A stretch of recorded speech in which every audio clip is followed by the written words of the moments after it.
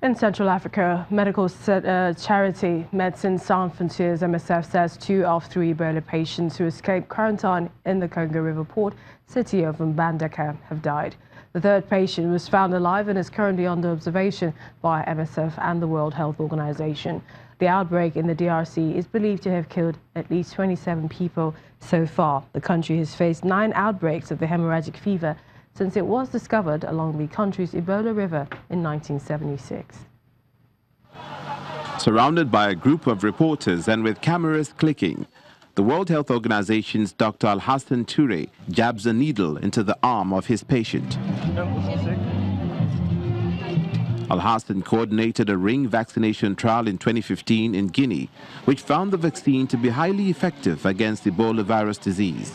He and his team of more than 30 vaccination experts are in the Democratic Republic of Congo to support health authorities to contain an outbreak of Ebola in the northwest Equator province.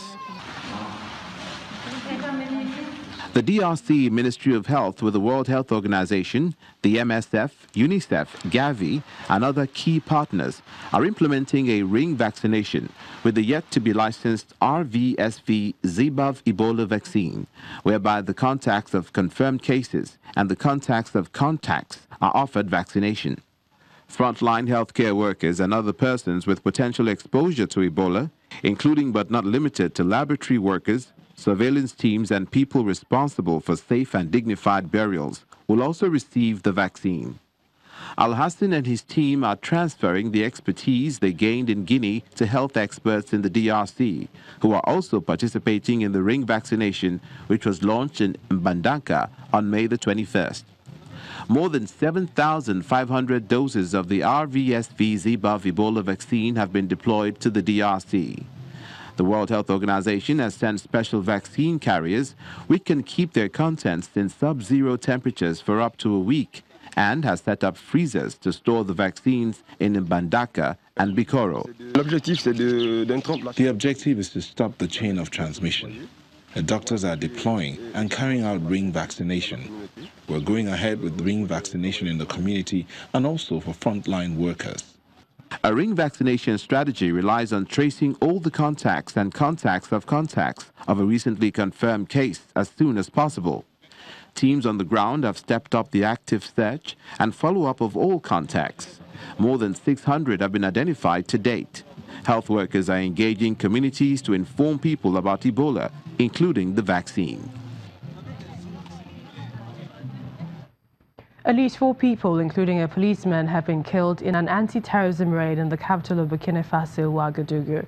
Reports say security forces conducted the anti-terrorism operation in Royongo on the outskirts of Ouagadougou at about 3 p.m. local time on a tip-off from reliable sources.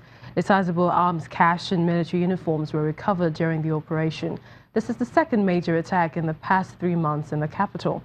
At least 8 security forces and 8 militants were killed in March after a 2-pronged attack by a prominent Al-Qaeda affiliate based in Mali targeted the army headquarters and the French embassy in the capital.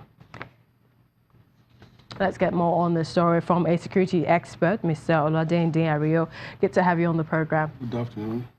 What do you make of the anti-terrorism raid by security forces that have killed at least 4 people in Royongo outside Ouagadougou? Right, it was a preemptive attack because if you know the history of terrorism in Burkina Faso, it began in 2016 when they attacked the Splendid Hotel and Cafe, where about 19 people were killed, half of who were foreign nationals.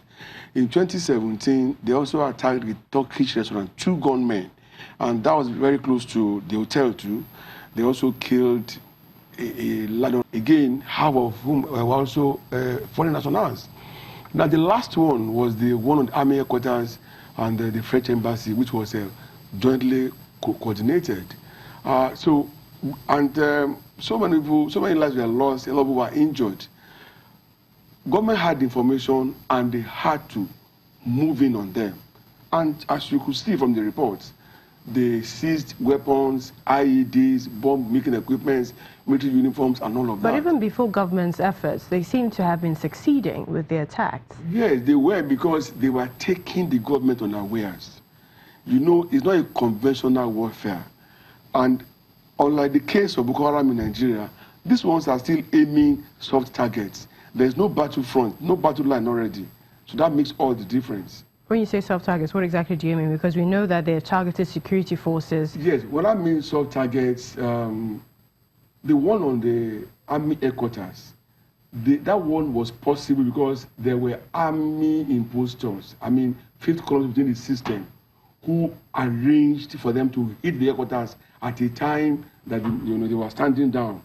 Okay, so that made that one a success.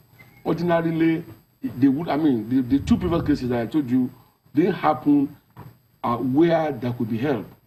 Oh, the hotel, for instance, and of course the restaurant. Those are soft targets. But again, now the last one that happened in March was the one you could really say that they aimed at the security. What do you think? Again, about 8 days before this, there was a military. I mean, there was a terrorist attack in a place called Osi, not far from the Mali border, where they killed a local paramount ruler. That's a state agent now. They call them prefects in Burkina Faso. What do you think the attackers want? Can they dialogue with government? In the history of terrorism, it's always the question you are asking. The pain here is that they attach Islam to terrorism. And you wonder, if you are trying to convert me to your faith, by the time you will have killed me, my family, then where will be the people who will join the faith? Okay? But in ideological wars like this, usually their modus operandi, their objectives, their goals break common sense. Now, how can government curb their activities? They operate in the Sahel region, south of the Sahara as well. What can neighboring countries do to stem this? Africa is in trouble. If you begin from the 17th century, it began with the slave trade. Okay, when they said they discovered Africa. Okay, that happened. Then they now brought Christianity as a palliative. Then now Islam is taking over. And I can tell you, Africa is being made to battle for existential factors. That way, development has been very difficult. Today, the quarter of Africa is not developed because they are contending with issues which the Western nations, of course, have overcome. And what was more, a bad case, an example, is Libya. Libya was a fantastic country, everything was working for them, until the West said Gaddafi was getting too powerful for them.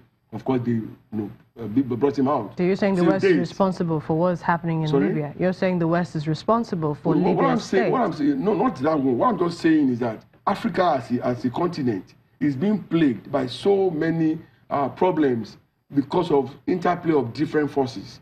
What we're seeing now in Burkina Faso is an Islamic-sponsored terrorism, different from what happened in Libya, where the Western nations conspired against Gaddafi on the ground of it becoming too powerful for them to manage. So for Africa to get out of this thing, the first and the most important thing is mass education and enlightenment. I remember the president saying that if he was not educated, he probably could have been part of the current herdsmen attacking people in Nigeria. So education made the difference for him. So in the same way, let the governments of those countries involved embark on massive education of the people, and of course, public enlightenment, ceaselessly. All right. Thank you. If they can achieve that, it will get better. Many thanks, Mr. Oladun Diario, for coming on the program. My pleasure. Well, still to come, Ghana's President Nana Akufo-Addo orders an investigation into the chairman of the country's Football Association. Please stay with us.